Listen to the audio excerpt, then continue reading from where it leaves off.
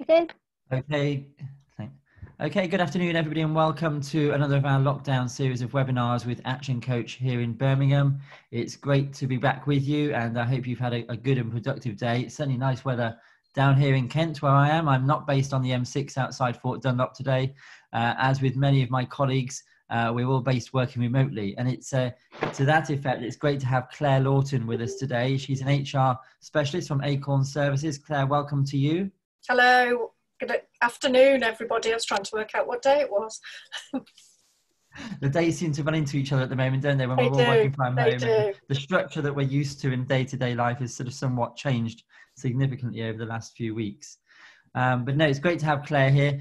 What we've been doing over the last few days and going forward into the next couple of weeks is inviting specialists onto our webinars who've got skills and experience in specific areas that will be impacting on your business right now. So Claire's going to talk a bit later on about HR issues and some of those challenging areas and also interesting areas, and areas I'm sure that are changing day by day in terms of staff and how we manage our colleagues and our businesses right now. Yeah. But the purpose of today's webinar is also about the 11 key steps which we at Action Coach believe are imperative for you to be considering and taking action on over the coming days if you've not already done it.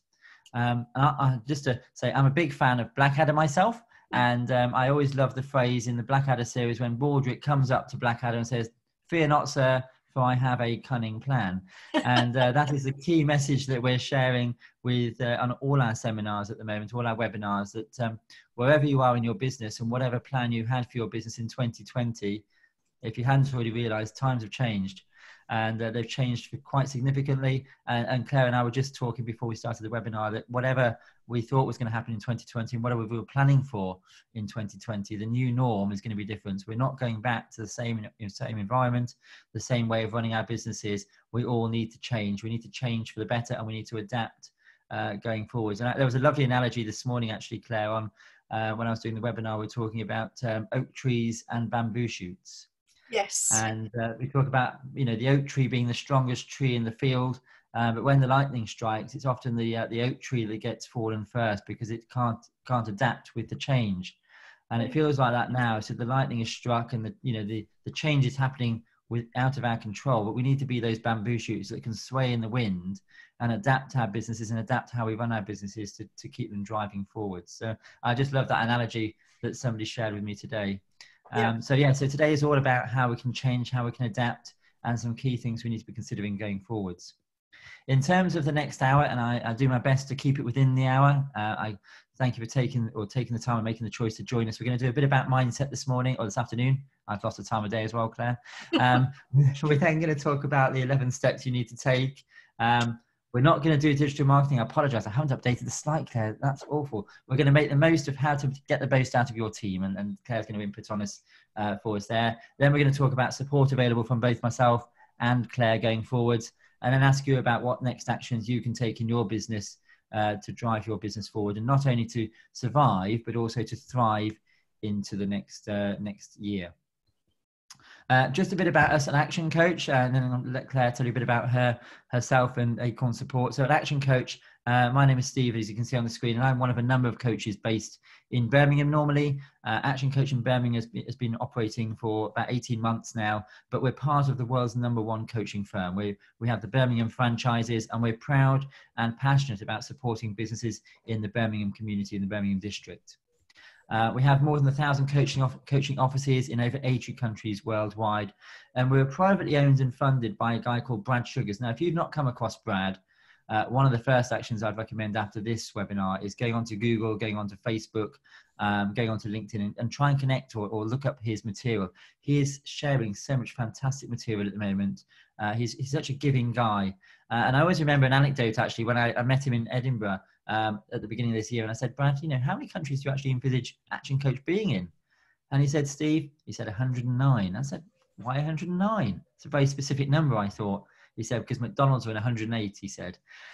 So he's got this vision of really, sort of striving to make Action Coach a fantastic, really competitive, but really helpful and well-received multinational organization that can reach out to businesses and business owners around the world. He's got this vision of world abundance through business re-education. And people often ask me, well, what is a business coach? And the easiest way to describe it is if you think of the sporting analogy. And I often use the Eddie Jones and the England rugby team. And Eddie was in the news last week for re-signing his contract as the England coach. But you could take any sporting personality. The coach has never taught that sports person how to play at their game. You think of the England rugby team, you think of Andy Murray. The coaches aren't there to teach them how to play tennis or rugby. They're there because they can already play it really well. And I'd say the same about you and your business. You've got your business where it is because you've succeeded in bringing it to where it is now. You've done so fantastically well. What a coach can do is look at things from a different perspective, identify areas where you can sort of take it up a notch and make things even more successful. And that's what the coach does in the sporting analogy. They look at things from a different angle. They look at how the players are playing independently. They look at how players can play better together. They give them that motivation, that grit before the game. They bring them off at half time. They talk to them. They pump them up again, put them back on. They go and play the second half. And whatever the outcome of that game, win or lose or draw, they take the learning from that game and they help them to drive their business or their game or their skill even further. And that's what we're passionate about doing at Action Coach. I'm just going to hand over to Claire. I'm sure she's got some passion about what she does as well. I'll let you say, Claire, what you can do. Yeah, thank you very much. Having worked with Action Coach in the past, I can wholly recommend working with these guys at Action Coach. Turned my business around. Not working with Action Coach at the moment for a number of reasons, but perhaps more on that later. But take that decision to have a conversation. So Acorn, we are HR business partners who have been described as the paracetamol for HR and employee issues. Employees are marvellous within a business. They make a business, but they can also break it. And we're there to identify what the challenges are, business owners, directors, managers have, and employees, and to make sure that that relationship works really well, to change that mindset that you were talking about, but all through the organisation. And we work in that to develop first-class employers, to develop first-class employees so that the business thrives for everybody. Brilliant. So, yeah, thank you, Claire. That's great. And I'm sure I can speak on behalf of both Claire and myself now when I'm going to talk about BFOs. And you're probably wondering what BFOs are. Well, I'd call them blinding flashes of the obvious. And it's that aha moment when you've probably heard something that I've said, probably heard something that Claire said, and maybe something you sort of learned at school even, or another education, you've had education input, or you've heard it from another business colleague or a training session, and we're connecting those two bits of information that are floating around in your brain and putting them into the current context and sort of linking them together. And you have that aha moment, and that's what we call a BFO. And I hope that from today's webinar, you get lots of BFOs. What I always say at the webinars at this stage is if you've got a blue pen in front of you, and I don't know what colour you're holding today, Claire, whether it's blue or black, but I'm going to encourage you to a pencil. What I encourage you to do at this stage is if you've got access to them is to ditch your blue and black biros and get out a pack of colour pens. Break open your kids' colouring pencils. Perfect. Claire's got them there in her hand. Perfect. These are always there. And just to give some theoretical background to that, I remember when I was at school and university, actually, I was one of those people that was always told off for doodling on my notebook, for doodling in my exercise book. But I'm one of those people that sort of has more of an artistic dominant side of my brain. So I'm more artistic, musical, pictorial. I can remember things much more clearly when I do things in drawing or use colours. There are other people who are much more black and white and theoretical and numerical. And what we're trying to do by saying ditch the black pen and use all colours, draw, is to try and bring your notes from this webinar and any other educational stuff you do over the coming weeks to life. So that when you come back tomorrow morning having had a great night's sleep and you pick open your, whether it's the back of an envelope or whether you've got a notebook in front of you and you look at the notes from today's webinar, they will mean so much more to you. And I don't just say that about today's webinar, about any training and developing you're doing right now, and I'm sure you will be doing over the coming weeks. Sort of crack open a pack of colour pens or crayons or whatever. And I've been pinching my kids, Crayola crayons at times and just doodling as well. But try and bring it to life so that it means more to you going forwards. Yeah, Claire, the two things to add into that is if you physically write something down, it creates a greater permanence in the mind. Rather than doing this, you're not relating to it and attaching to it. And the other is, if you get a blockage in your thinking, change the colour of your pen, and that can free up that thinking. It's brilliant. I've got a pencil here at the moment, but they're there. You make a great coach, Claire, because the other thing we always say to the clients when we're doing one-to-one coaching is read it, write it, and then talk it back to somebody else. Yeah. Because that's the next step. If you can read it, write it down, and then talk it back and explain it to somebody else, that just locks in the learning so well. But there's a whole another webinar we could do on education and how to learn and how to get. We'll reserve that one, shall we, Steve? Well, we'll do that for another time. Yeah. The other thing I said at the beginning of the webinar is thank you for taking the choice to join us today, and the choice was yours. I'm sure most of you, or many of you, have got children running around at this time of day. You've got other halves, and you've got families, and you've got other things you need to be doing with your work as well, and maybe employees that you need to be supporting at this time. But you've taken time, you've made the choice to join us for the next 50 minutes to learn a bit more about how you can drive your business forwards and get the best out of your staff. And in doing that, I just want to share a concept that we use day in, day out at Action Coach. I'm sure you'll come across, and Claire may well expand on this later, you'll come across people who are full of blame. And I know that I've managed teams in the local authority, in the private sector and the public sector that have blame at times. When you ask them to do something, they've got excuses as to why they've not done it, and they are full of denial. And the best example I can give of this at the moment was when I was watching the news at the weekend, and we were all told to, restrict our movements and stay in our homes. And then you see on the news, there's pictures of people in the national parks, in big crowds. There's people on the beach having a barbecue. And those people are just living at the moment in complete denial of the virus and the pandemic that is affecting every single one of us around the country. And I'm sure if they were approached by the local enforcement constabulary, they would probably have some sort of excuse as to why they felt going to the beach was okay for them and nobody else, and probably blame somebody else. Well, my mum said it was okay, and I can imagine now the sort of conversations that would be going on, and it would all be very much, their mindset is all very much about why me, why can't I do something? And so what I want you to start thinking about in your business life and everything really, if you're not already doing it, is think about how you can take ownership, accountability and responsibility for everything in your business right now. It's so imperative now more than ever to be leading by example. And again, I'm sure Claire will pick up on that point, but it's about taking ownership, accountability and responsibility, because that is where the power and the drive and the ambition for your business and the energy will come from going forwards. And think about the how can you change things? What can you do? And the other analogy I love sharing at this point is if you take that first word, the ownership, and just break it into two. We all have a ship, which is our life, our journey, and we can drive that ship in whatever direction we like. There may well be times when we're in really choppy waters, the storms are out there raging, and we might have to put the anchor down. Or there are times when we can't drive that ship on our own and we need a couple of people to go and put up the sails, or whatever kind of boat we're in. There are times when we need to get support from other people. We might need to go and get a tugboat to bring the boat round to the right direction. But the great thing is we can steer that ship with help and support and careful planning to get it out of the stormy waters. So now is a real opportunity that you've never had before as a business owner to change that ship, to move that ship in the direction that you want to take it. I come across so many people in businesses day in, day out that say, I just haven't got the time, I'm too busy firefighting. Now is the time to stay above the line, stay above that point of power, and actually drive your business forward in whatever direction you feel is best for the future. Again, I repeat, the future is going to look very different to the environment in which we were operating before. And just to expand on that a bit more, so the process of transition is, if you've not seen anything like this before, so the change curve, and this is from a guy called John Fisher. He sort of pulled this together in the 90s and updated it in 2012. But it just goes to show the journey that we're all on in terms of the pandemic at the moment, but also in our business life as well. So we all sort of, and I remember when I worked in the local authority, and it was at the time where budgets were being cut, and I went through, restructure after restructure. So I knew change was coming, but it didn't mean that it sort of didn't change the fact that I went through this process every single time. And the challenge I'm sure you've come across in sort of larger corporate organizations, if you've had experience of working in those, is sometimes this change curve can go on so quickly, you never get your feet under the table before you're back at the beginning again.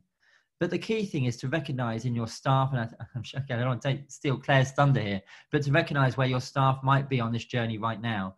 And there will be people who are still, thinking about fear, feeling under threat of continue their employment, people feeling guilty. There'll be people that you can see there, going back to the denial, who've got their head in the sand and aren't quite sure what direction their career or their business is going. There are people that will get disillusioned, and there are people in our talk at the end who may, for whatever reason, find that now is the time to close up shop permanently. For personal reasons, they might decide actually retirement was on the horizon, or I want a complete change. I'm not going to take this forward anymore. I just want to have a complete career change. So people will be at different places on this change curve at any one time. But it's important to recognize, most importantly, where you are on this curve right now. And the reason I'm putting it on here is the decisions you make right now at the bottom of that curve will change where your business goes and where you go in the future. And I'm sure Claire will pick up on some of that later. What I also just want to share with you is two great quotes from a great business coach called Jim Rohn. He inspired Brad to set up ActionCOACH over 25 years ago. And the first one is this: never wish your life were easier, but wish that you were better. And the other one is always to work harder on yourself than you do on your job. And that's all about mindset. You know, don't use the blame, the excuses and the denial, but wish that you were better. Take accountability, ownership and responsibility for what you're doing right now. And also, if you work harder on yourself, by the nature of how things will evolve and the world works, that will have an impact on your business. And I used the analogy a couple of webinars ago about people having negative mindsets. If you think about yourself on the playground at school, or you go back that far, and think about the friends who you wanted to be friends with. Did anybody want to be friends with the people who are always negative and sort of, you know, obnoxious and always blaming others? No, they want to be friends and do business, in our case, with those who take ownership, accountability, and responsibility, have a real positive can-do mindset and have energy and drive to drive things forward. That's who we want to associate ourselves with in daily life, in our personal life, and that's who your clients and your suppliers will want to be associated with in your business. So this is all about positive mindset. Just a bit more theory, then I'll get on to the steps. This is the last theoretical slide, really, but I don't know if you've seen the demise curve before. In terms of the kinds of organizations that myself and my colleagues at ActionCOACH are working with, we often come across businesses. We'll have an initial chat with business owners, and the first question I always ask a business owner is, so what was a dream and what was a vision? And then my next question is, how's the journey been so far? And often through having some quite in-depth conversations, they'll realize that although they thought everything was going great, actually there are challenges that they've been trying to cope with or are not aware of. And that's going back to the sporting analogy as well, is where that coach can sort of uncover things. They're not saying you're not doing anything well, but actually can uncover ways in which you can do things even better. So they're in trouble, but they're not quite aware of the challenges they face. Or we work with business owners where they're aware of some of the challenges, maybe within their team, for example, and they've tried to put a sticky plaster on and do things and sort of make things work better. But again, it's not quite worked. So they've tried to put some control measures in place, but it's not quite worked. But over the last 3 weeks, I'm sure won't be surprised to hear this, but what we've heard most of all is people through no fault of their own, business owners who have lost control of their business. You know, the pandemic, the government guidelines and instructions to us all have changed their business, either because of a business that's been forced to cease trading, or it's a business, I mean, even people like Tesco's who are making fantastic profits have had to change the way in which they're operating their business. We've all had to change the way in which we're working. You know, we're all working in a very remote and very sort of virtual world right now. But the great thing is, by making sure you're aware and working with taking action now, seeking advice, seeking support, we can still turn things around.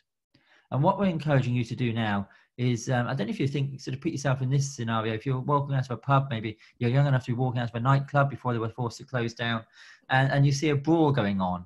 And as human beings, we're sort of hardwired to do one of three things. We'll either freeze in the situation, not quite being sure what to do, sort of that cat in the headlights scenario. You know, what do we do? I wasn't prepared for this. Or we're somebody who will run away to protect their personal safety and not want to get involved. Or occasionally, there are those who will fight to protect themselves, to protect their work, to protect their friends or whoever they're with. And in most situations, on a personal level, I'll be saying, run away, walk away from a dangerous situation. But when it comes to your business, I'm saying something very different. I'm saying that now is absolutely the time to put the fight of your life on for your business. Now is the time when you have opportunity to do something with your business that you've never had before. You've got time, and hopefully by working and tapping into webinars like this with Claire and myself and others, you'll get the energy and the motivation to really do something special with your business right now. Now, in terms of the 11 steps, that starts with positive communication. There is nothing worse, as I just sort of talked about in terms of people on the playground, kids on the playground, than hearing negativity all the time. It's interesting that the Chinese use two brushstrokes for the word crisis. One is for danger and the other is for opportunity. And if you've logged on to one of our other webinars this week, it's all about the journey and the opportunities that are there in front of us. But what I want to stress to you right now is the importance of positive communication. Panic and worry never helps. And I come back to communication throughout all of my webinars to say you need to communicate even if there's nothing to communicate about. And the key people to communicate with are your team. And I'll let Claire pick up on that in a moment. But the other key people to communicate with are your customers. Communicate with them on a regular basis. I've had some great emails over the last weeks. Even today from Legoland, who I booked a holiday with for my kid's birthday in a month's time. It's not going to happen, but they've been constantly communicating with me, just saying what they're doing and saying, showing me different offers they've got on, or just saying, sending me information about different Lego products. Communicate with your customers at all times. Communicate with your networks, communicate with your suppliers and your stakeholders. And most importantly of all, communicate with your community. We did a great webinar on digital marketing yesterday, and my colleague Sarah, who was there, made a really good point that in probably three months' time, we don't know the exact time scale, but say 3 months' time, there are going to be consumers out there that want to spend their money on your products and services, and they're going to have to differentiate between those companies that are trading and those companies that are not. And how are they going to know the difference if you're not communicating with your clients, potential clients and existing clients on a regular basis? So you need to think about how you can stand out of the crowd, and we'll touch on that a bit more later on. But now is the time to have clear visions and goals with all of those groups of people as well. Now is the time to become stronger and base your information on facts, to go and do research about your industry, to go and do research about your skills that you have yourself and what your colleagues have. Go and find out what their likes and dislikes are. But to become stronger, find the facts of what's going on. And also in terms of the pandemic, go and research what's going on in other countries. What's happening in your particular industry, in Spain, in Italy, in Germany, in China. Try and find out the facts. And also in saying that, in finding out the facts, make sure that you don't sort of be glued to 24-hour news channels the whole time. There is also, as well as a lot of facts out there, there's a lot of fiction. And I'll be, sort of referring back to the stories we heard in the news last week about 5G masts being burnt down because people thought they were, sort of linked to the pandemic. There is a lot of misinformation, and there's not often on a webinar I refer to Donald Trump, but he did coin the phrase fake news, and there is fake news out there. So what I would say is, tune into the BBC, to the government briefings every day. Go and find out what's going on out in the world, but make sure you find the facts and balance the amount of news you take in every day. I mean, there are, for example, myself personally, I was watching the news last night. I got the facts, but then they started reporting from the ICU units in the hospital. And for me personally, that was a point of not being disrespectful, but I didn't want to know that level of detail in terms of what was going on. So it's finding out where your levels are and taking on enough news so you can make the right decisions for yourself, the right decisions for your business. And also, most importantly, by finding out those facts, you can lead your own people to survival. In terms of step 2, it's about how you can change your business model. Think about how you've been delivering your service so far. There's a great formula here, which is dissatisfaction times vision plus the first steps has to always be greater than the resistance you're facing. So whatever resistance you're facing, and we're all facing resistance right now, is to think about those first steps you can take in your business. Review the options. And it doesn't have to be one big change in your business. It could be 100 small changes. It could be lots of little things that you change in how you deliver your services and your products. And also think about who's being successful out there right now, and could you tap into that option. A great example, I can give 2 very quick examples. One is a ballet teacher. My daughter goes to ballet every Saturday, or she did. She's now doing ballet online because her ballet school very quickly realized that they can deliver their service, and not just ballet lessons now. They're doing keep fit sessions for adults and children. They're doing ballet, tap, they're doing all sorts of things online. And when I was talking to her yesterday, she said, Steve, she said, look, when we go back to meeting the community centre, I'm going to continue delivering services online. She said, before I had a ballet school on a Saturday and a Sunday, and that was it. I've now got an income from during the week, from families that are at home, mums that are at home, kids that want to do classes in the evenings and afternoons. So think about what are the opportunities out there for you to change your business model going forwards. And very quickly, the other story I can just share is a florist who started delivering the source of flowers has sort of slowed down. So as well as doing smaller bouquets now, she's now delivering fruit and veg boxes. She's teamed up with another supplier in the community that didn't have a van. And so now she's using her assets in conjunction with another business. So what are the opportunities out there for you to change your business model? There are people thriving out there. Think about how they're doing it. Think about what they're doing. And then once you've found that out, think about how you can leverage or scale your this opportunity, the business opportunity in front of you. And a very quick example of that is ActionCOACH ourselves. We started doing these webinars a number of weeks ago. We've been delivering services online for 18 months, but we started these webinars 3 weeks ago, and we had sort of, smaller numbers registering. And then I was talking to my colleague Glenn, and we said, well, why don't we broadcast on Facebook?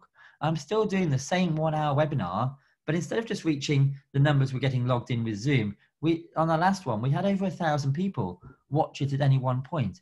Huge reach just from doing 1 hour's work. So we're using leverage and scalability. And myself, having worked in local authorities for 15 years, it was all about doing more for less as the budgets were cut. So think about that yourself. How can you do more for less in your business right now? I'm going to hand over to Claire now, because this next bit's all about working with staff and how you can make the virtual the new norm and how you can get the most out of that in the current climate. Over to you, Claire.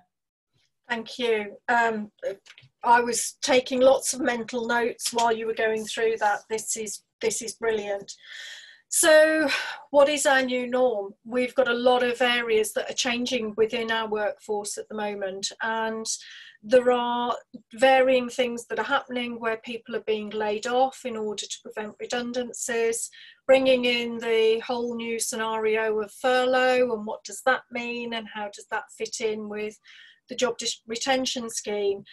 But really, it's a case of the way in which we're engaging with our employees is changing so fundamentally. Just a quick bit in terms of the short-time working or layoffs.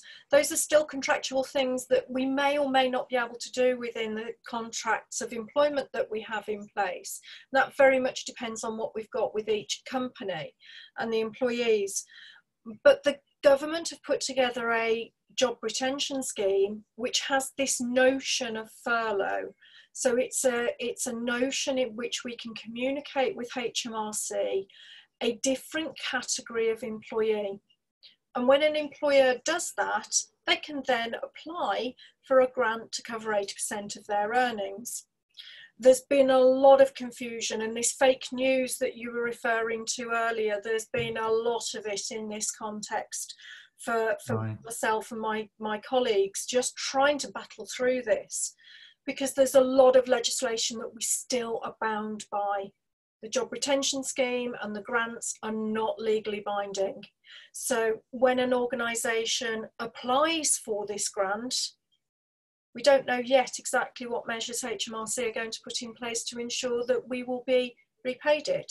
So that planning that we were talking about, the new structure that businesses have now got to take into account employees who are laid off, applying for furlough, 80% of their salary, which they have to pay and reclaim. We've had a number of queries where organisations have said, we haven't got the cash flow, what do we do? Well, you still have to pay it. If you're going to furlough and make the application, you still have to pay that employee that money and reclaim it back.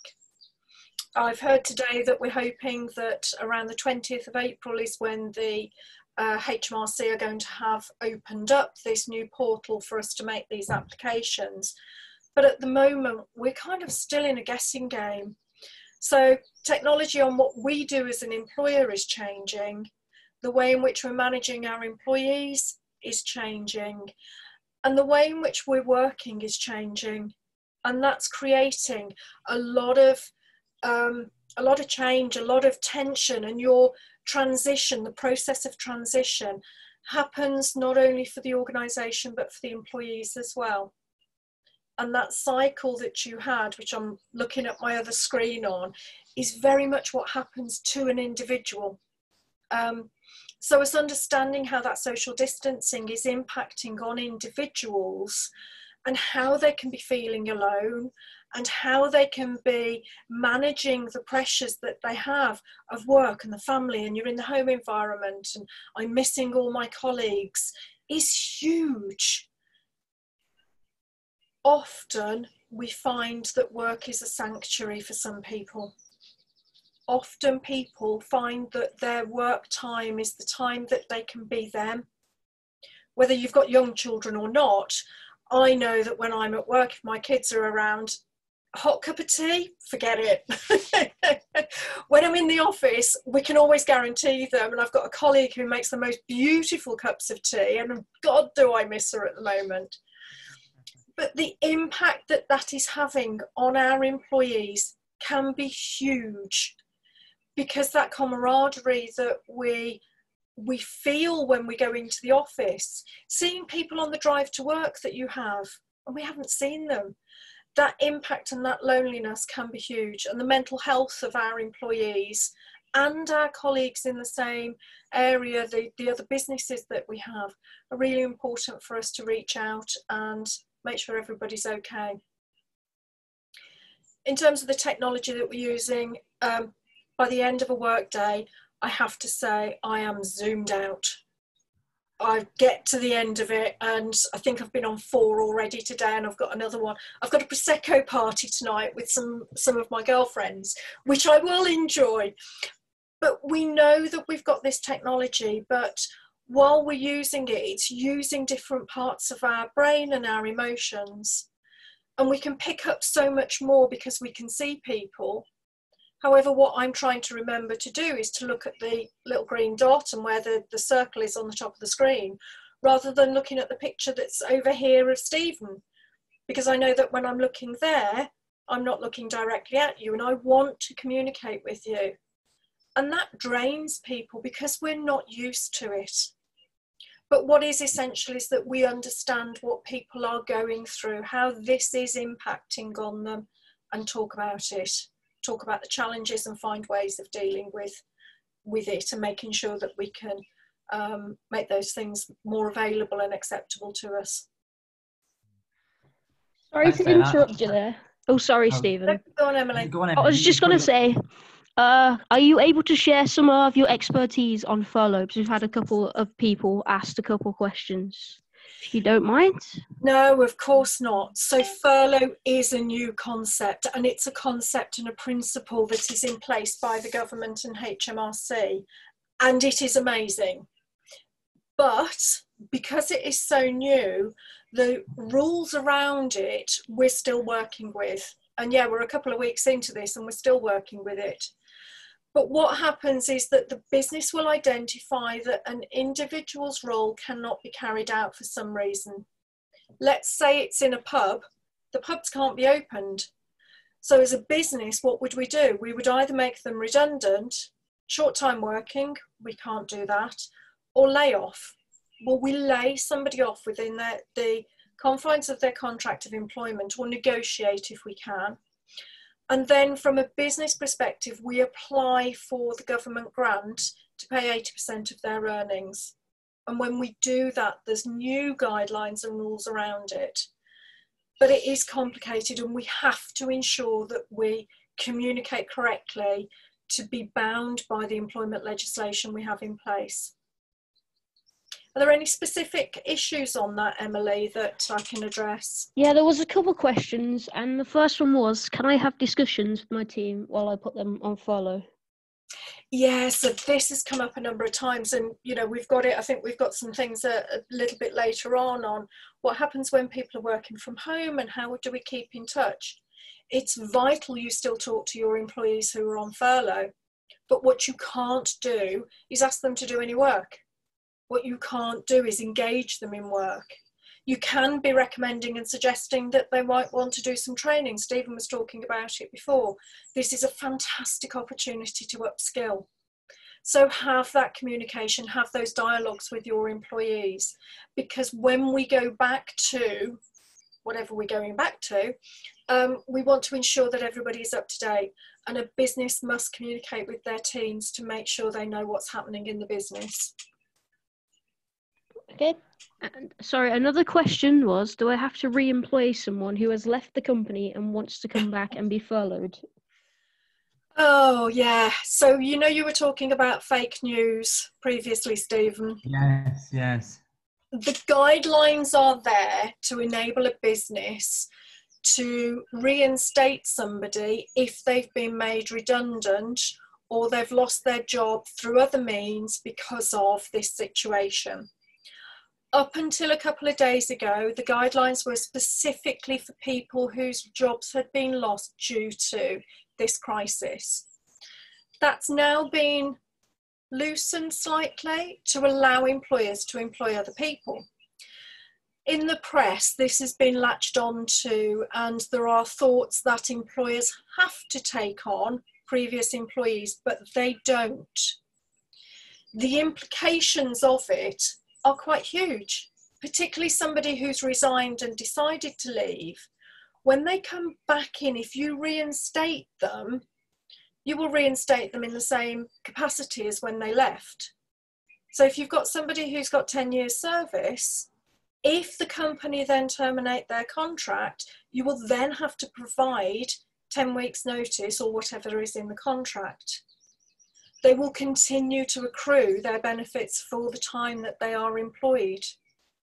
And if you then come around into a redundancy situation, you will have to take them into account in the same way as everybody else. So it's not as simple as you resigned, oh, come back, we could put you on the furlough. Because what we don't know yet is the specific evidence that HMRC are going to require from us to justify the grant and the payments that we will be receiving. They have been very clear that we will be required to keep evidence of all of the documentation around this application for at least 5 years, and they will be setting up task force to investigate the legality or the authenticity of a claim, because it's anticipated there will be fraudulent applications. So not an easy answer. Best thing to do is to get the advice and guidance on each particular case. I hope that helps. Some great questions there. Thanks, Emily, and thanks for those who sent those in so far. The other thought I had, Claire, is that, on the screen we've got those words, virtual is the new norm. And I guess the challenge for many businesses, and the bigger the business, maybe the bigger the challenge in terms of when we go back to whatever we're going to in the future, sort of going back to our places of work. I guess there's going to be many more discussions about whether people can work from home, whether people need to come back into the office. And I guess that's not really a conversation for in depth now, but I'm sure there are businesses that are thinking in terms of planning into the future about whether they can continue to ask their staff to work remotely or whether they need them to come in. And I guess it's a case by case, but do you have any thoughts on that? Consider it, and consider it carefully now. We are social animals. We gain a lot. My team, we will talk about cases together in the office, and God, do I miss my team. I really do. But there is so much more that we can gain. But the flip side of it is that when you ask an employee to work from home, you still have the vicarious liability for that employee when they're in their own home. So you still have to carry out a risk assessment. You still have to ensure that all of your data is protected. We've been through all of the information on GDPR. We know how to manage that data. Well, unless you have been into this scenario before and you have employees that work from home, do we understand what's happening with their computers? How are they locking them down in an evening? What's happening with all that paperwork? What protection have you got on the technical side? And I don't do the technical side of things, but there's like hacking and stuff like that can happen. What's happening in terms of an employee's insurance? Do they need to check their insurance policy for them to be able to work from home? All of that is a new scenario that we've not been aware of in this extent before. But it doesn't mean to say it can't work. But now's the time to understand what is going on and how to make the best of it. One of the key things as well, just quickly, because it kind of flows, is that we have to, as employers, ensure that we're enabling our employees to be successful in their job. Not everybody is equipped to work from home, mentally or physically. And we need to ensure that the expectations as to what we're placing on our employees is very clear.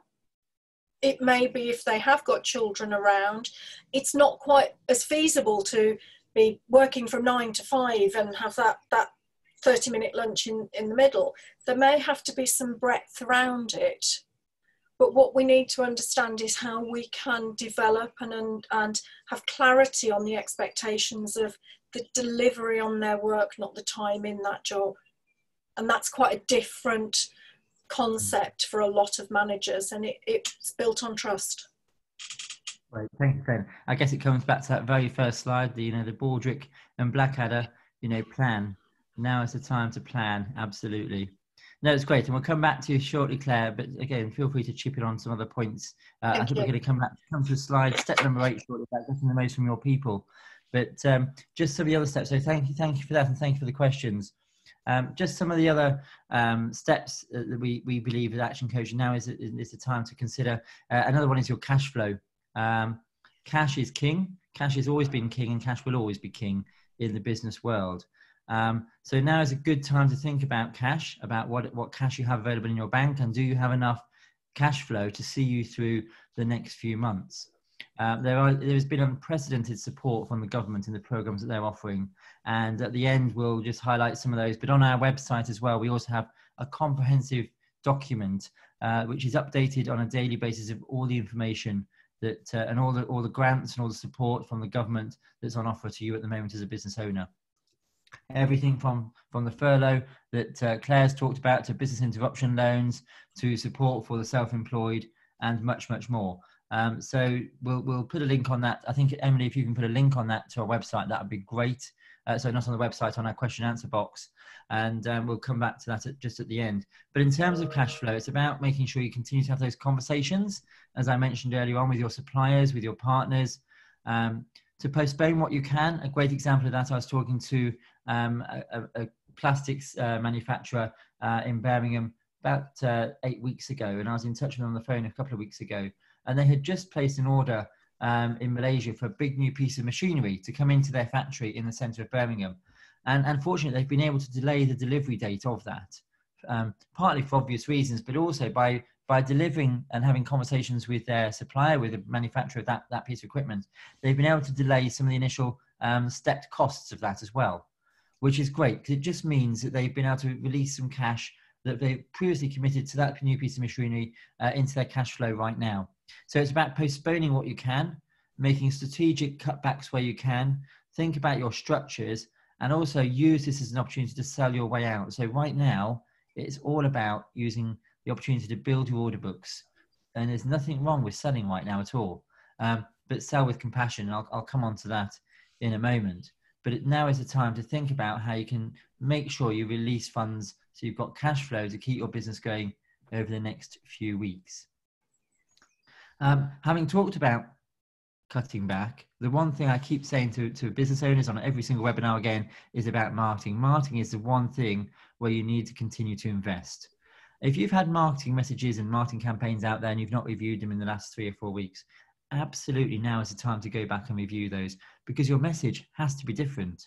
You have to have that compassion and that sense of urgency, and you want to be creating marketing messaging and marketing opportunities, maximizing marketing opportunities. You need to make yourself stand out of the crowd on a very competitive and very sort of crowded online world at the moment, and try and create things that will go virtual and viral. You need to do much more marketing than you're doing right now. I talked earlier on about sort of making yourself visible. So what is your USP? Do you offer a guarantee in your organization, in your service or your product? And also about knowing your numbers. And a great little story I can just share with you now is I was talking to a funeral director about 4 months ago, and I talked to him about repeat business. And I said to him, what do you do in terms of repeat business? Do you sort of, go back to any of your existing customers? And he sort of looked at me and laughed. He said, come on, Steve, I don't get repeat business. I'm a funeral director. And I said to him, my response to him was, well, who pays for the funeral? And I could see his light bulb aha moment going on there. And he said, well, I guess, yes, it's a family. It's a family that pay for it. So I said, exactly. I said, how often do you keep in touch with the families? And he said, well, we usually send them a follow letter. And then every couple of years, maybe every 24 months, we do a sort of memorial service, and that's it. And then so my response to him there was, well, how much is a first-class stamp? It's about 76p. How much is a piece of paper and a bit of your staff time? And before long, we decided it probably cost about £2 to send out a 2-sided newsletter to each of his customers once a quarter. If he does that 4 times a year, that's £10. Now, the average price of a funeral, he was telling me, was about £3,500 to £4,000. So I'm just thinking myself, Claire, if you were to come and ask me, could I recommend a funeral director? Sadly, you've somebody in the family or your circles of influence or your friends were looking for somebody. Who am I going to recommend to Claire? I'm going to go straight to the person who's kept in touch with me 4 times a year for the last 5 years. So the funeral director's given, sort of invested £50, and in return, he's got the potential for a £3,500 to £4,000 sale. So it's just thinking about knowing your numbers. Yeah, absolutely. Knowing your numbers and just thinking, well, how much am I prepared to pay for a good quality sales lead in my business right now? And I know times are hard. I know money is tight for everybody, but just think about your marketing. Think about how much you're willing to invest in your marketing. And it doesn't have to be hugely expensive. Again, I was talking to somebody on a webinar earlier on this morning, and we were talking about the critical non-essentials. And what we agreed was a great step this morning was actually think about who your most valued customers are. Pick out the top 10, and when you go to Tesco's next time, buy 10 chocolate bars. When you come home, stick them in the post to your top 10 customers. Because right now, who doesn't want to receive a chocolate bar in the post? We're stuck at home all day. We wait for the postman. I know for some people, I've only connection with the outside world. Fancy a chocolate bar coming through from Claire to me saying, great webinar, Steve. Thanks. It was great to work with you. It's really going to make my day. And I'm sure it is for your customers too. So think about your numbers, think about who your key customers are, and make best use of the opportunity you've got there in front of you. And I'm conscious of the time. I'm sort of overlapping on a couple of my slides, so I may skip a couple of points in a few minutes. Sales with compassion is really important right now. So think about your tone, think about your customer focus. It's still okay to sell, but a bit like Claire was saying, and I had a bit of an aha moment when she was talking about relationships with your staff, relationships with your customers are really important right now. And I think this really overlaps with your staff or your customers. Try and understand, we've got an opportunity right now with our customers, our staff, any stakeholder in our business to really understand what they value in our business. Why are they working with us? Why do they want to work for us? And why do they want to buy from us? Let's really deepen and develop those relationships with all those people engaged in sort of associated with our business right now. Talk their language. We're here to help, and help should be the key message right now. We're here to help. We want to be genuine. We want to show our passion and our enthusiasm for our own product and our passion and our enthusiasm for them as a customer. And I'm sure Claire would add to that, and for them as an employee. So it's all about relationships and passion and making sure we find out what it is that makes those people come to us, get up and work for us in the morning, whatever their association with our business. And I'm talking about sales because that's on the slide, but whoever is associated with your business, really connect with them, really build that relationship. I know I've covered a couple of points on this slide, but your existing customers are your cheapest customers you're ever going to have right now, because you've already invested all that marketing in them. They are raving fans, hopefully already. And if not, you've got the easiest chance of making them your raving fans right now and turning them into a bit of a sales force for you. If they've had an experience of buying or using your service or products, you want to go back to them. You want to go above and beyond and build that loyalty right now. And as a lovely phrase there that came out of our marketing webinar the other day, making the virtual visible.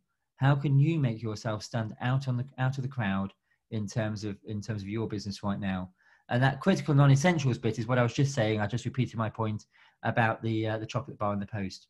What can you do that sort of is a bit different, a bit quirky?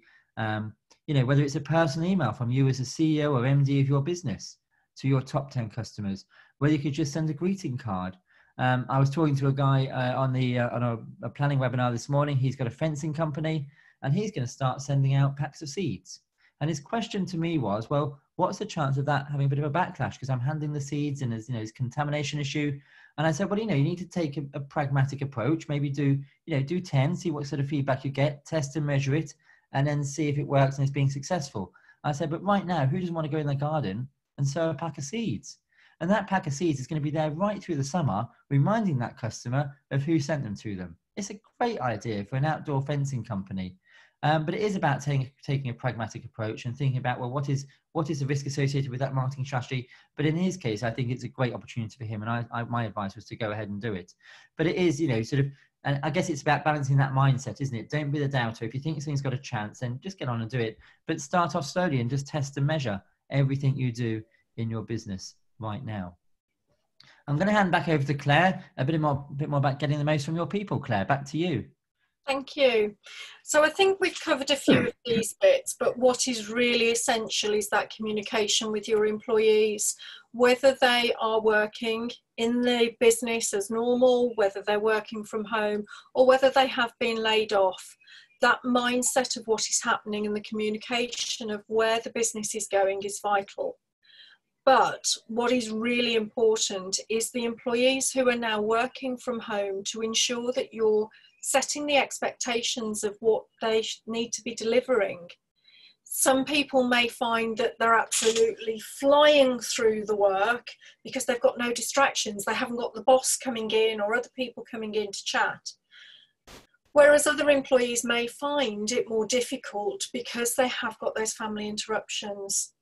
But set the expectations and understand what they are early on and what the output is going to be rather than the time spent on something, because that is vital. We need to build up the trust. We need to build up that expectation with our employees as to how they're going to be working.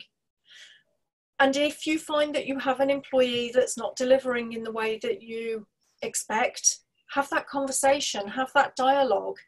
And if it is not working, we need to be honest about it, because they are still an employee of the business. They still have a requirement to carry out the job. And if there are issues, nip them in the bud early on. But what we are seeing is that people are being so resilient and are adapting fantastically to the questions that are being asked of them from the business.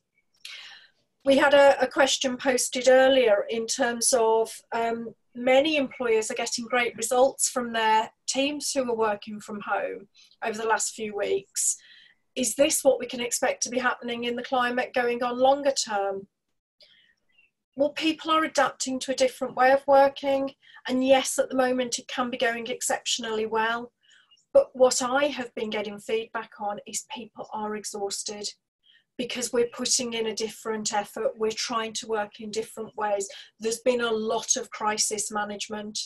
And I think that the bank holiday weekend is coming up at a very opportune time. Absolutely. But look at what's happening with your teams. Look at how you can work effectively when you come out of this. Plan it now. Think about the training that people can be doing and work on retaining as many people into the new structure of your organisation. But if you do feel that there are going to be changes, if you do feel that you're going to have to make permanent changes to either the employee numbers or the way that people work, address it earlier on and get the right advice for it. Hope that helps. Yeah, thanks, Claire. Just a couple of comments or thoughts for myself, actually, in terms of trading. You know, trading doesn't have to be, you know, sort of webinars and sort of, you know, structured trading. There's so much other fun ways of trading. And this isn't a plug for ourselves, but we are running a book club where people can join us and sort of, you know, go through a business book. And it might be that that's not for you, but it might be there's something you can do as a group, as a team, together online using Zoom and training together and bringing your team together. And that can include, I believe, Claire, am I right, team that are on furlough, they can still come together to do training together as a team. They can still be doing training if they're furloughed. Yes. Yeah, a great way another one, in terms of getting the employees together, run a quiz. There's a guy that I know who is a quiz master. He does a lot of charity work, and he is running quizzes on a regular basis for a couple of particular groups that we're involved in, but he's also offering that facility to employers. Have a night, get your teams together, run a quiz, run family quizzes, get that community back in together. But yeah, they can be doing training while furloughed. That is an exceptionally good way of keeping people up to speed. Right. And the other thought I had as well is in terms of keep as many staff as you can. And it came up again in a webinar this morning where we were planning the 90 days for we had 11 businesses this morning. And one of them made a very astute comment that, you know, it's very easy at the moment to lay staff off and say, well, we know, but actually, if you've got a plan to drive your business forwards, what's more expensive, putting your staff on furlough and then re-engaging with them, or letting them go and having to re-recruit staff in the future? The cost of training and you put into your staff when you take a new member of staff on to skill them up for the job you want to do is a huge investment from you as a business owner. So actually, by retaining as many staff as you can, you've got the best opportunity, and I'll talk in a minute about the race we're all going to be running. You've got the best opportunity to be, sort of running that race and winning that race against your competitors if you've kept as much knowledge and expertise in your business right now. I don't know whether you have any other comments on that. Yeah, one of the things that you can do when you are furloughing an employee, or what we're doing is we're laying them off and we re-engage them back into the normal working as soon as we practically can. But in order for an organisation to apply for furlough and to get that grant, is that they have to, each individual has to be off for 3 weeks as a minimum. Right. But what you can do is bring somebody back for a week and then furlough them again and rotate it around in order that people can retain their skill, that the people who are working don't get exhausted because they're covering everybody's activities that are going on. But it's a way of cycling it around and keeping everybody fresh. But you must have them off for a minimum of 3 weeks if you're going to apply for that grant. That's great. That's a great top tip, Claire. Thank you. I'm conscious of time, but I'm going to go on for an extra 10 minutes. Hopefully people will stay with us. I think we've had some great sort of conversation and some top tips so far. So just the next slide on my part is about building a strong mindset. And I think the key thing here, I always think of my children when I put them to bed every night when they're with me, and I say to them, what are you? And I keep repeating that question, what are you? Who are you? And they come up, and what I'm trying to do is get them to come up with really positive affirmations of themselves before they go to bed at night. So, I mean, they'll try and trick me. So I've got twins. So one will say, I'm your favorite, Daddy. But what I'm trying to do is get them to say, well, I'm the best. I'm beautiful. I'm kind. I'm caring. I am clever at. I'm a Lego master builder. My little boy comes up with all the time. So it's those daily rituals to give yourself a positive mindset. And I was talking on other webinars about what we call IVVM, and that's idealize, visualize, verbalize, and materialize. It's that vision about choosing that you're going to be successful right now and visualizing that in your mind and then verbalizing it. And what we're trying to do, and I don't know if you can think of a scenario where you've probably heard some incorrect information. And the reason you're hearing that incorrectly is because the person telling it to you has heard it incorrectly so many times, they believe that that's the truth. So they're now sharing it with you. So we can trick our mind the other way around. If we tell ourselves we are successful, we are powerful, we are organized, we are great at what we do, we're kind, we're generous, we're going to start enacting that in our actions, in our words, in how we go about our daily lives. So it's about building that really strong mindset and thinking about this as an opportunity to grow our business, to change where we are at the moment and to grab this with both hands. We're not going to get this time again to deepen ourselves, deepen our knowledge, and to change and grow our business that it's unexpected, it's unprecedented, and who knows, I don't think we're going to get it again. I hope we don't for the same reasons, but, and what it's also about is about finding the small wins every day. So the other thing I say to my children before they go to bed is, what have you learned today? Particularly when they were going to school regularly, I say, well, tell me 3 things you've learned today from school. And it might take a bit of work getting out of them, they're only 8, but I get those 3 things. And then my next question to me will, how are you going to make tomorrow better as a result? What are you going to do tomorrow based on what you learned today? And so it's thinking that every time you finish work at the end of the day, whenever that is, try and identify the small wins, make a note of them in your notebook, and then look back at them the next morning and think, right, I've done that yesterday. That was really successful. What am I going to do tomorrow, the next day, the next week, that's really, going to impact my business that I've learned from today? And the other thing in terms of a strong mindset is that I would just say that sometimes no news is good news. And I use the example here of my other half who's in the process of buying a house. And unfortunately, she didn't get to exchange before the pandemic really, set in and we all went into lockdown. And we've had conversations about, should she call the estate agent? Should she call the solicitor? Should she call the builders? But actually, what's that going to achieve right now? We're not going to be able to move forward. What we need to do, and what we've been talking about doing, is just having a positive mindset. That house is going to be hers. She's going to move into it. She's going to she's visualizing herself moved into it right now. She's been looking at it. She's been planning her furniture. She's choosing now that it's hers. It's about sometimes no news is good news. And, so don't worry about what you can't do. Don't worry about what you can't change. Think positively and think, sort of positive mindset and think about what you're choosing the future you want to take your business in right now.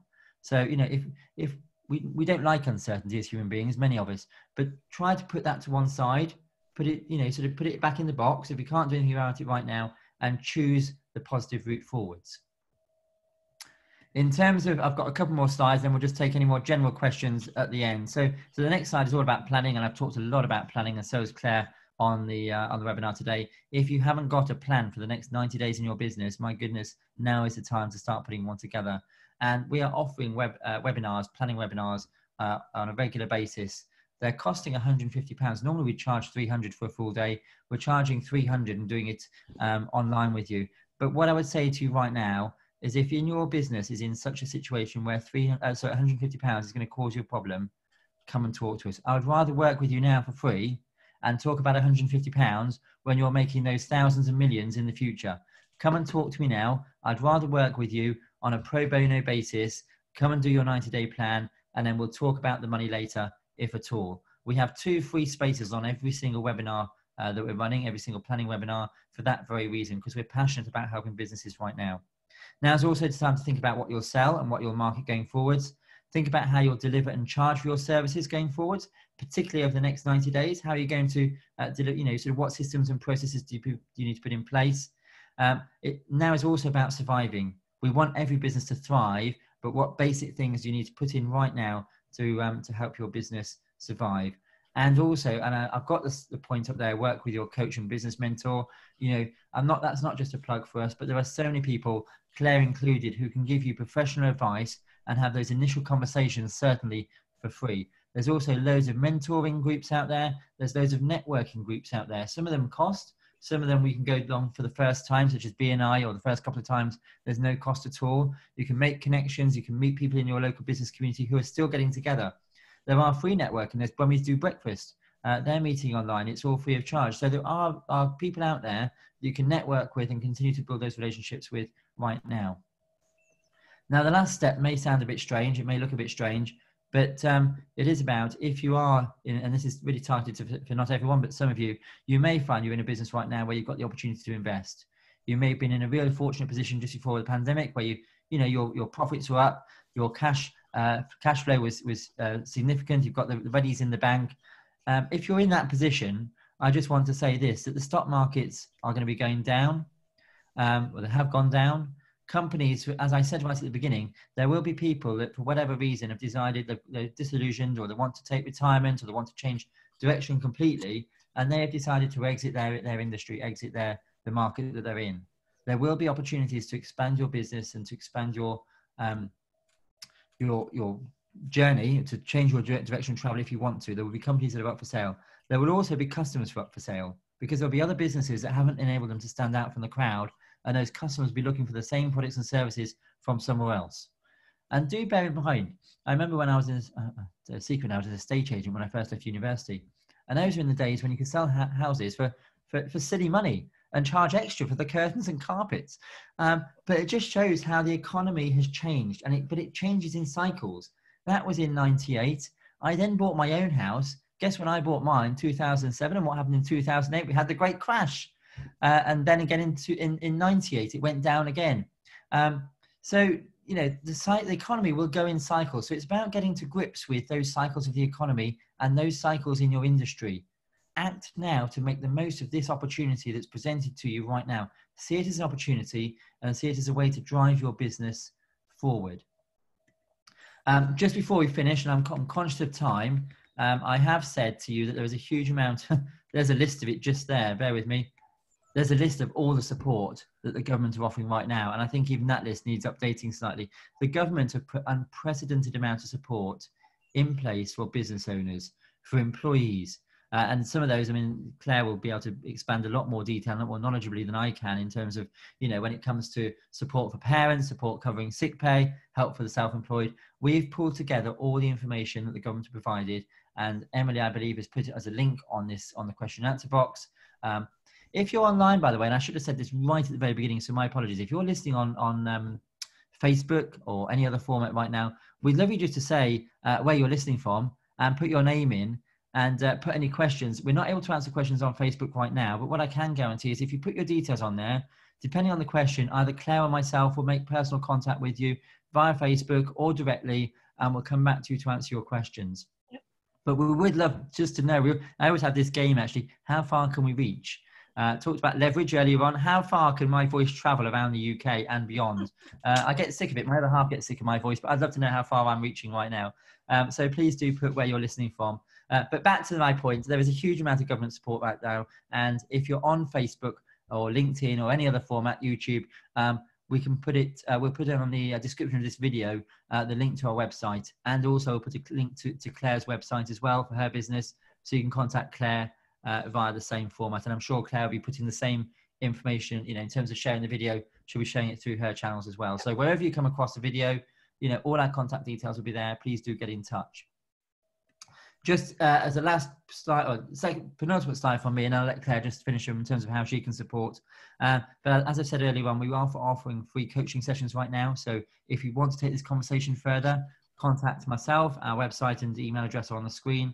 If you have queries about HR support, I'll let Claire sort of share how she can support you. We're offering these free lockdown webinar sessions. We're then going to be going into training webinar sessions. Then we're going to be going into the warming up webinar sessions. We've got a really exciting pattern of webinars and free content we're going to be putting out there on the internet, putting out there through these webinars over the coming weeks and months. I'm really excited that tomorrow we're launching our virtual book club. We've got people signed up for that already. We're really looking forward to exploring business-focused books with business like-minded colleagues. And guess what, guys? We're charging you just £15 to be part of that, and that includes the book. So most of the books we're reading are between £10 and £15.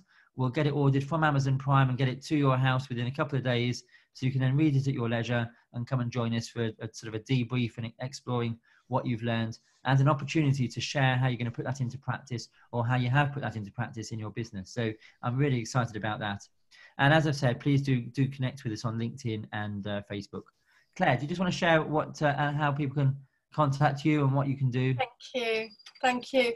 So we are Acorn Support.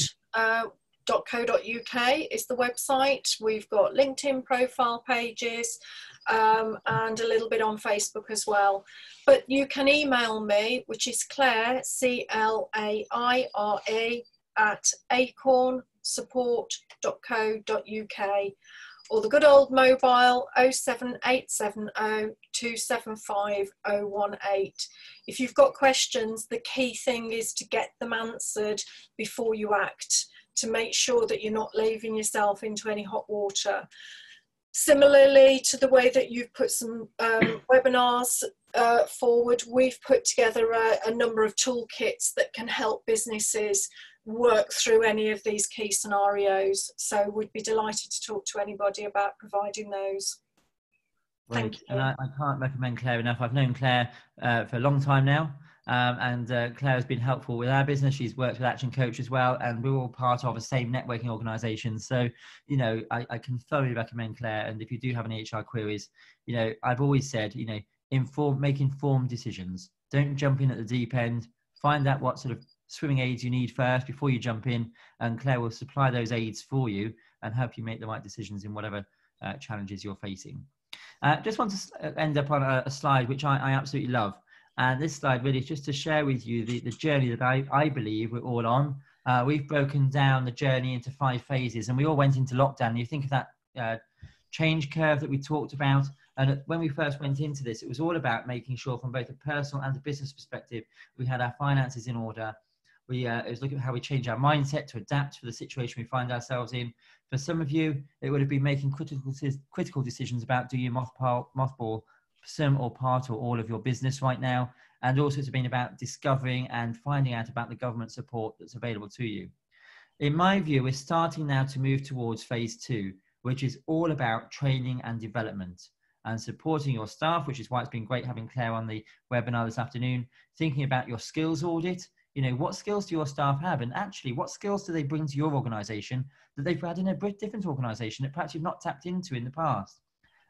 It's all about self-management through time, looking at coaching, looking at online courses, looking at your marketing strategies, as I said earlier on, not cutting back, but expanding your marketing, thinking and preparing about what marketing you're going to be doing in the future. And once lockdown is announced, or the end of lockdown is announced, that is the time when you need to be filling your default diary. You need to be getting those appointments in. You need to be mentally preparing yourself for my goodness me, the sprint of your life in terms of your business. Because for once in a very, very long time, every single business is going to be in the same position. It's a level playing field in terms of everybody is going to be scrambling to get their business seen, noticed, heard, and to rebuild their business as quickly as possible. So if you've invested this time right now in your training, your development, you've used the time between lockdown being announced, lockdown end being announced and lockdown ending to really ramp up your business, get everyone in place, get everyone's skills matched to the right roles, adjusting your structures, doing all of that, getting all of that in place and looking for that opportunity, you'll be in the leanest, fittest possible position to sprint that race of your life. And then we go into the compete and grow phase. I'm not going to go there at the moment because actually we don't quite know what that's going to look like. But it is about making sure you're focused, you've got the energy, the clarity, commitment and ownership to run that race. And you'll see along the bottom, what's really important throughout all of those phases is consistent communication with your staff, as Claire would be saying, with your suppliers, your existing customers and your prospects. That's what this is all about right now. So, and if you want to come to one of our other webinars, we do one called Your Path to Opportunities. I go into all of that in so much more detail, but I'm conscious it's 11 minutes past 5. I've gone 10 minutes over, but I'd love you to join us for one of our other webinars to explore that in more detail. So it just sort of remains me to say on behalf of myself and everyone at Action Coach, and on behalf of Claire, and I'm sure she'll chip in again in a moment, but just to say thank you for being with us today. Stay well, stay safe, and if at all possible, stay at home. I know there are people out there who are key workers, and to you we say thank you from the bottom of our hearts for everything you're doing to putting yourselves at risk for the benefit of me, for Claire and everyone else. So thank you for those who are going out to work and keeping this country running.